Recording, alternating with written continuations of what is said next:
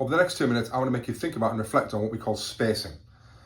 Now, what spacing is the spacing out of our topics so that we leave some forgetting time in between. And why we do that is because if we only ever teach in blocks and we kind of teach a whole topic and then we test immediately after that, then our children will probably get a pretty good score because all they've been learning is one topic, exactly the same, and then we test immediately after, either the next lesson or the next week.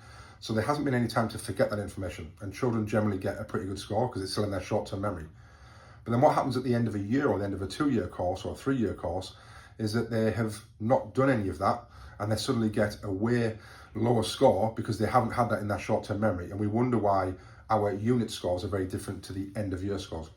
So what we need to do is build in our curriculum design opportunities to space out some of that content and actually revisit it so that we're continually revisiting that information, allowing our children to almost forget that information nearly. So we work their brains hard and we create a desirable difficulty to actually retrieve that information from previous. Practical ways to do this is to do things like lagged homework, set a homework task on something that they've done 2 or 3 lessons ago. Now the children might say to you, wow, hang on, this is quite difficult. Yes, I know, that's the idea. I'm giving you the opportunity to really work your brain in a desirable difficulty to actually retrieve that information because it's going to help you in the future. So thinking about, rather than just blocking your lessons and only doing one topic at one time and then never revisiting it, actually that's not going to work down the line. Yes, it might get better scores initially. Of course it's going to, because that's all they've learned and that's all you've tested them on.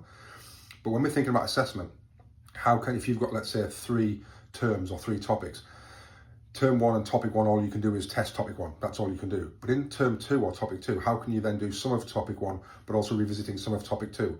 And then in term 3, how can you do some of topic 3, 2 and 1? So we're constantly adding that spacing, adding those desirable difficulties and getting our students to use that fetch and carry in their mind of going back.